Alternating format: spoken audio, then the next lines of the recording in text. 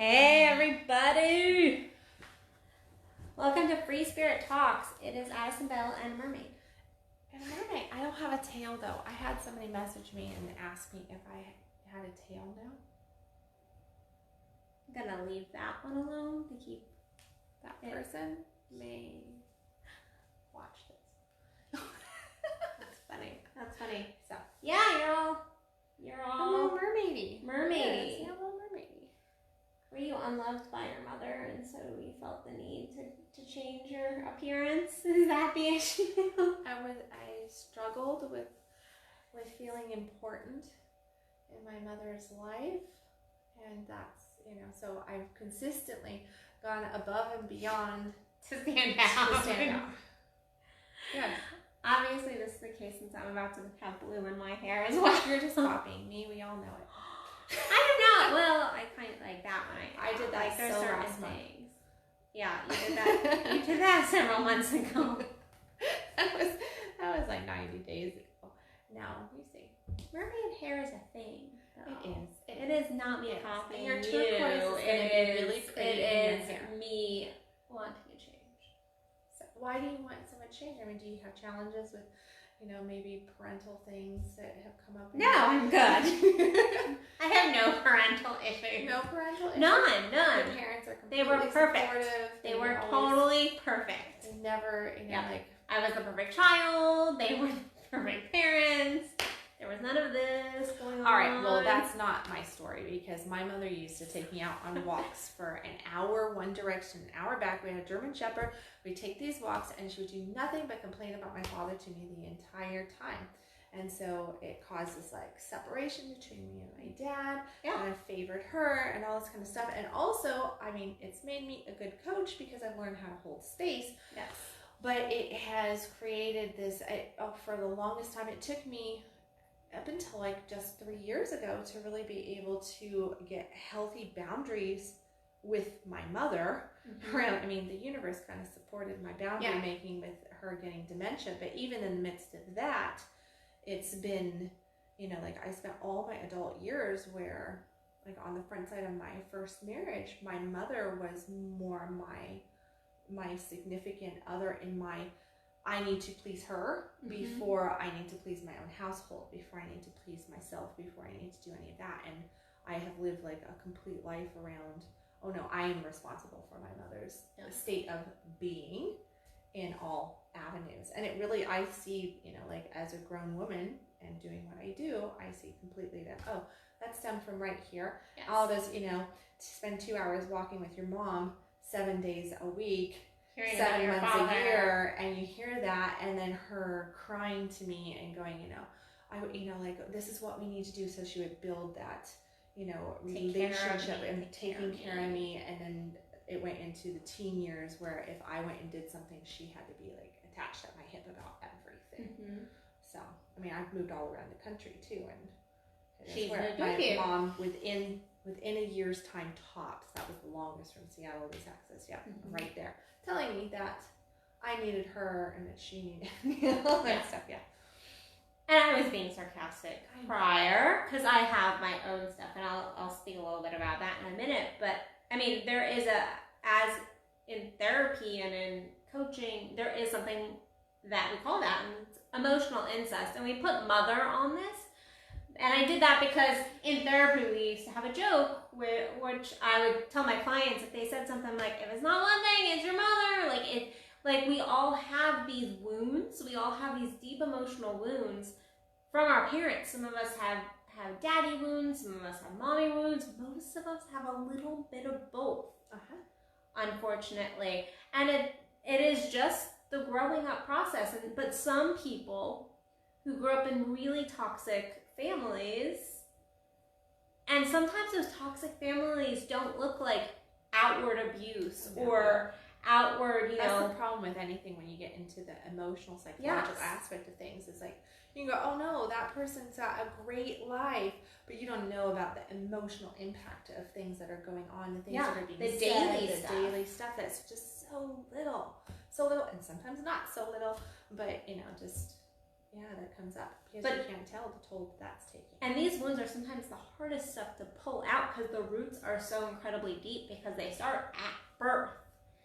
And so it's oftentimes hard to even pull these roots out. It's possible, but it is difficult. It's difficult sometimes to see them.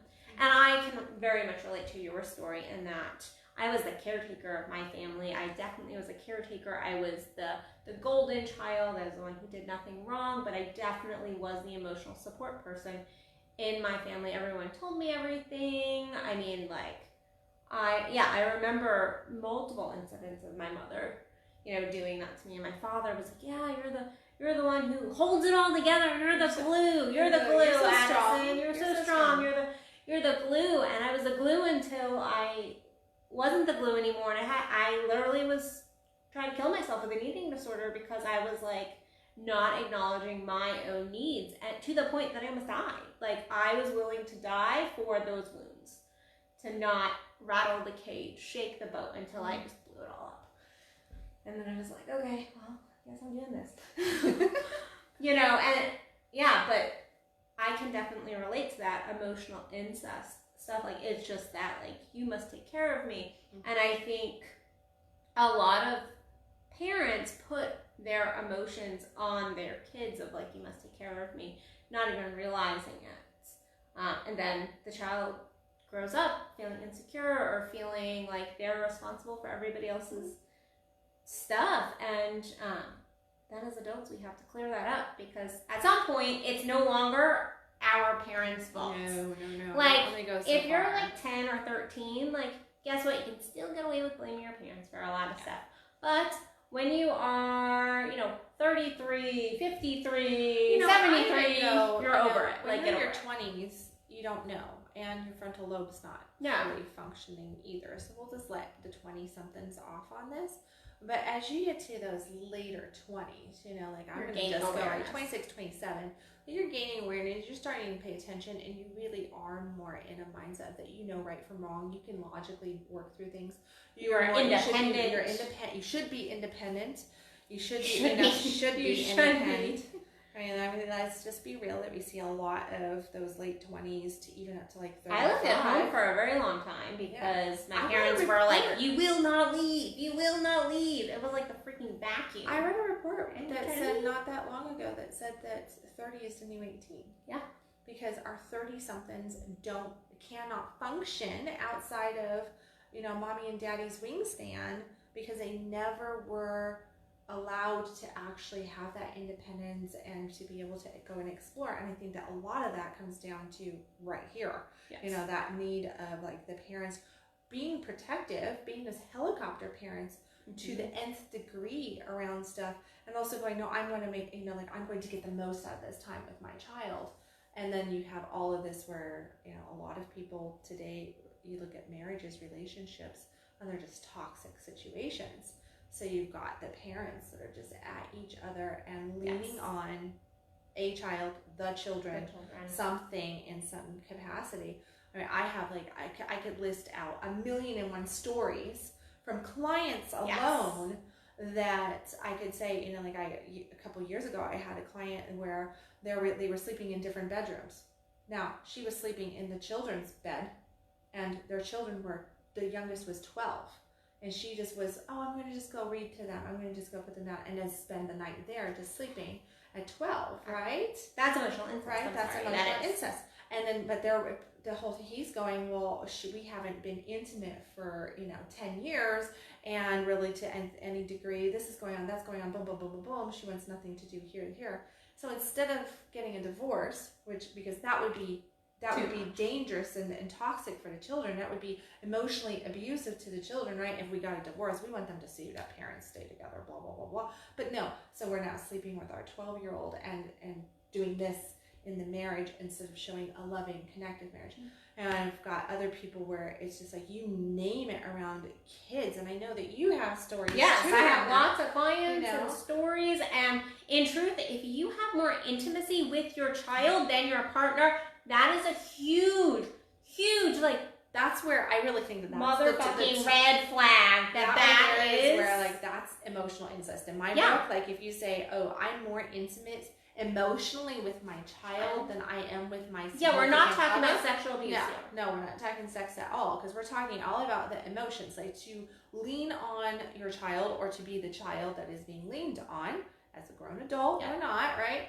That when the parent is doing this where they are leaning on that at that emotional level, I mean, like, no, like it is, you know, the two partners should be together. The parents should be together, whether they are, you know, and this is really goes for whether it's the parents and they're both, the kids belong to both of them, or second marriage, third marriage. I don't care.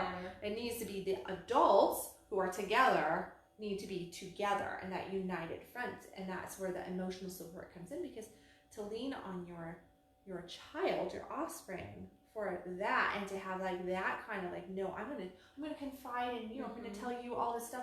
No, I need this. Well, you know, mommy needs that, and you know, or dad needs you to just do this or whatever. I mean, that is just as toxic and messed up as the sexual aspect.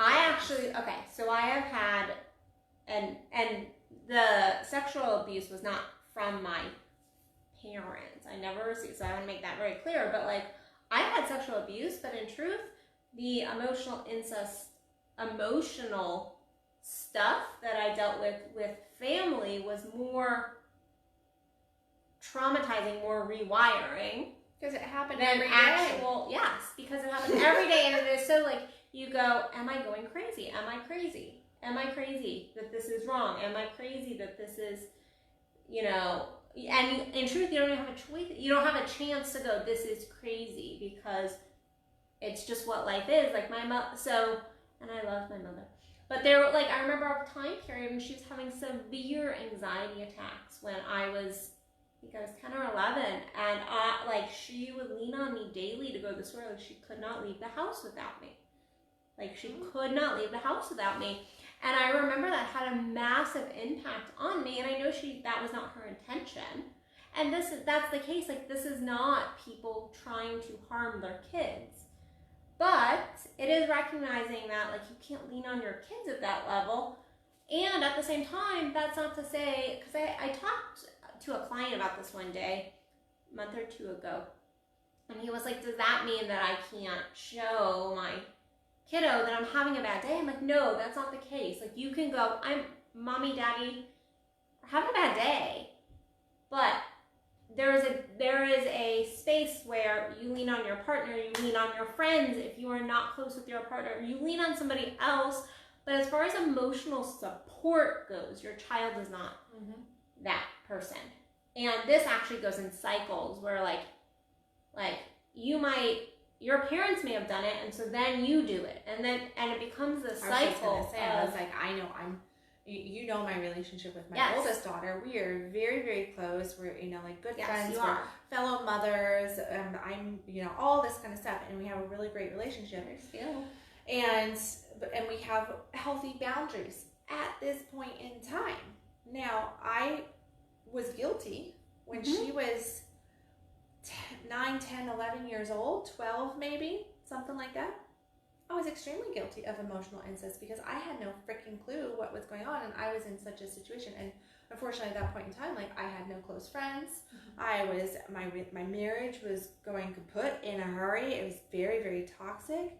And she would be the first to tell you the humorous stories of mom, you know, like that. Yeah, she is. Of that. Like, she is. Like, let me tell you about this time that mom did this. But, you know, I think back and I'm like, oh, God, I can't, how could I have done that? But at the same time, it's one of those things of, like, we've processed a lot of that out and had a lot of communication around it and instilled some very healthy boundaries and owning it. And that's the big thing, is that, like, as the parent in that situation, it really is just to own it and to go, oh, well, I messed up right here, and then remedy it. Like, to make sure you're not doing that, you know, anymore. Now, we're grown women and we have children to, you know, and all that kind of stuff. It's a little bit different of a relationship. She's still my daughter, and there's still certain things that I don't go to her even as a grown woman and completely confide in her in everything. I know that there needs to be, because she's still my daughter. But there's other things that I go, there's nobody else that I would confide in on this because of our relationship. But there is definitely those boundaries in place where I mean, I was when she was 10, 11, 12 years old, that was that 2-year time frame when I was in like a deep, nasty, dark depression for 2 years. And unfortunately, what I did was exactly what we're talking about here. Yeah. And I look at some of the stuff that she's gone through, and I'm like, oh, like I probably am like the culprit of that, the initiator of that. And I'm not saying that I'm to blame for her decisions, but I know that if I had done things differently, she wouldn't have reacted on other things that way. So it's like, oh, there's that little trickle down right there. But again, it's own it, communicate, set healthy boundaries. Because no parent is perfect. But I think also the key is to do your own work, because the fact is, like, you can't set healthy boundaries with kids. You can't just have a healthy relationship if you have not worked through your parents' wounds. Because it's not even just mothers. This is dads too. Yeah. Like, this is, like, we put mother in the title, but in truth, it's both parties. And we all have wounding from our parents. If we don't get out of childhood without any wounding, guess what? Like, we're humans, and no parent is perfect. And actually, the more perfect you try to be as a parent, usually the more you're messing it up. Yeah. And I hate to say that, but it's true. It's true, though. But it's true. I know that for a fact from many, many scenarios of people trying to be like, oh, no, I'm going to do this. Yeah, you're better off just realizing that parenting is like science. It really is. And I know the topic has really been around, like, embodying your emotions, but you also sometimes have to realize, like, where some of your emotions and things come from. Yeah, and you own it, and you don't blame. I mean, that's really the big thing, because like we started off with this, if it's not one thing, it's your mother. Well, yeah, it can be parental, but once you get to that, 26, 27, 30-year mark, you got to own your own crap and go, I am a grown person who can make choices. Yeah, I get to make the decisions for my life. I'm the one thinking my thoughts. I'm the one feeling my feelings. I'm the one that's taking action. And I can no longer go, oh, yeah, well, if my mom hadn't done this when I was 12, then I wouldn't be acting like this. That's living in that victim state of being and not being proactive in your life. Yeah. So, like, for example, like, I can give the example, since I threw out, like, my mother with her panic attacks, like, I am very much the person who, like, if I see somebody really close to me struggling, I want to almost overbear and, like, over take care of them. And, like, I can go, like, oh, well, that's that overbearing, like, let me take care of you, like, I could throw that out and be like, oh, well, that's because of this. And yes, it is. That is where it comes from. But at the same time, I'm like, and I'm almost 35, so that's not like that. Like, you have to check yourself. You have to go, like, no, like, I have to check myself and go, like, is this is me acting from my wound right here, and not from my aligned spiritual self that knows that, like, yes, I can support people, but I don't have to, like, yeah. So, and you know this. She's laughing because she's like, yep, that is so you. So, yeah. She's like, that's so you. We gotta talk boundaries. And I've had to learn boundaries. Yeah, I mean, that's a big. Like, I've had to learn boundaries on that one. As we've, and I think that's probably one of the biggest things that comes up for people with emotional incest of any sort is that their boundaries get all skewed. Yep. And I know that there's like a list of who knows how many items that you could put underneath this as to the psychological, emotional things that come up when you are a victim of emotional incest. But I think that boundaries pretty much is, I would put that as one of the big ticket items and go, okay, this is what you need to work on. And guess what? I know that you and I both in our professions, like, one of the major things that I work with people on is Boundaries.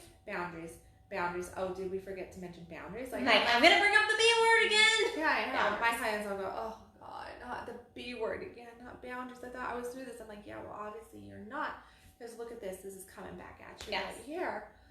So it's like that. But to get what is healthy for each individual, boundary-wise, around, and it's not just the emotional boundaries, because all of it might be emotion that we're dealing with in the parental factor that initiates it, but it can make us have really weak or rigid boundaries, in our money, in our time, in our physical, in our love, in our anything, and we can go either direction on it. It's not just going to be just from this one aspect. Yeah. Yeah, because there's also a rigidity that can happen too. It's like you shut like down. yeah, if somebody has Protection. if somebody is super needy, I'll be like there's also that too. Like there's the opposite reaction on certain We things. all know how I do with needy people. I know. Really No, but like there's opposite really reactions too that happen. So it is looking at all the boundaries. Yeah. And like there's also like I've had clients that are like had emotional incest and they're like, I can't say no to my partner when they want sex, but I'm really not into it. But it's because I was never able to say no. Everything was kind of thrust upon me. So yeah. So you're right on that one. So yeah, we were talking, and this is really what we're just seeing a lot coming up, and I think it's because everyone's sitting at home and talking to family and having. I think everybody's doing a lot of check-ins right now. I mean, I know I got like 5-6 of my clients that are going through this right now in the moment. So guess who's getting this video for homework? Like, listen to this, guys. But it is. Kendall's clients. Beep beep beep beep beep. You're like, beep, beep, beep. Bus is beeping. Yeah. I'm like, oh god. But no, I think that it really does come down to that with all of the COVID stuff and everybody being quarantined and now kind of coming out of it, but still in this mode. Everybody's so fearful of. I want to check in on my parents. I want to check in on these significant people in my life.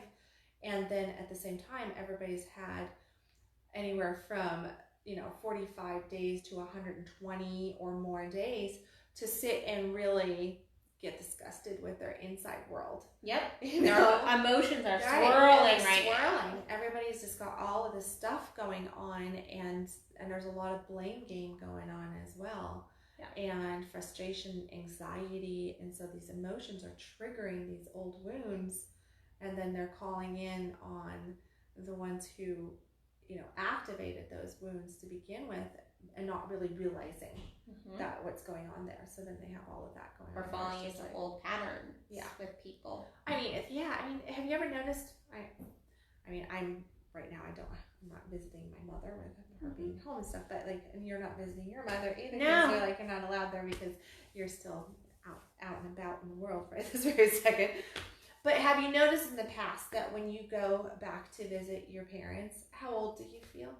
About 12. About 12. I was going to say 12 too. I'm like, I never advanced from 12 with my mom. And that 12-year-old who always took care of my mom and who was always holding space and at the same time was just like, my personality shifts. Or I go into this very rigid, cold space. She's always gotten one or the other from me in my adult years and I'm just like, if I try to fight that 12-year-old, if I try to fight the 12-year-old, I become this rigid, just ice queen. No, yeah. I'm just an ice queen in that moment. Like you will never not bother be you. Right, literally.